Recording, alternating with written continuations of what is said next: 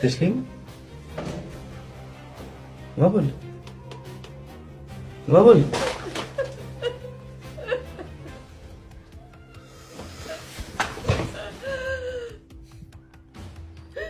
Yo'qdaman.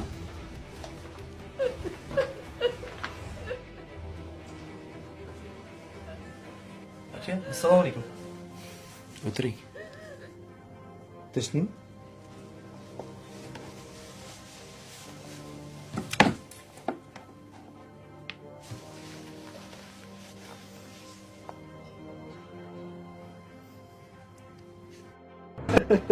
Menga yo'q, ertaga xuddi shunaqasini menga olib bersa, tushundingmi?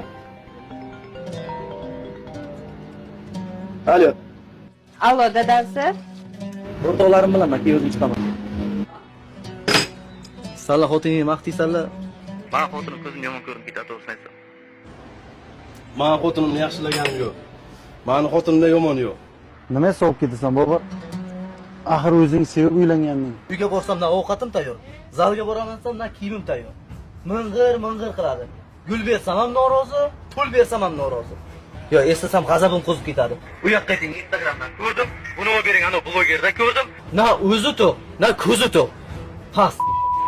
Ya o'ylasayapsan. Shunaqa noshkur inson bo'ladimi? Nima qilsam ham norozi. Ishon, yarim kechasi xuddi muhim ishim bordek ko'chada yuraman. Yarim kechasi kirib borib uxlayman. O'sha zahar ko'rmaydi. Sen nima kulasan? Agar vaqtni orqaga qaytarib bo'lganda edi, ana shunga uylanmagan bo'lardim. Farzandlarim borda. Sen borishingni qil. Avvallar ota-onamiz qizlarimizga oilani gapini ko'chaga olib chiqma deb nasihat qilishardi.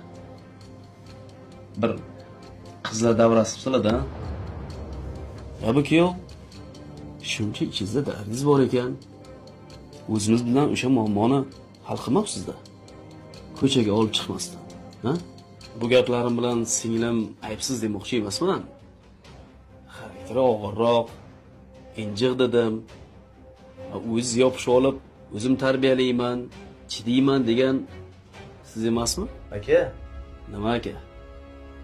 Bu ko'rpani tagidagi gapni ko'chaga olib chiqish kerak emasligini dadangiz o'rgatmaganmi? Mana bizga o'rgatgan.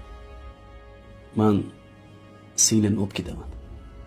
Qarasam, siz ancha qiynalib qolibsiz-a? Ishonib aytamanki,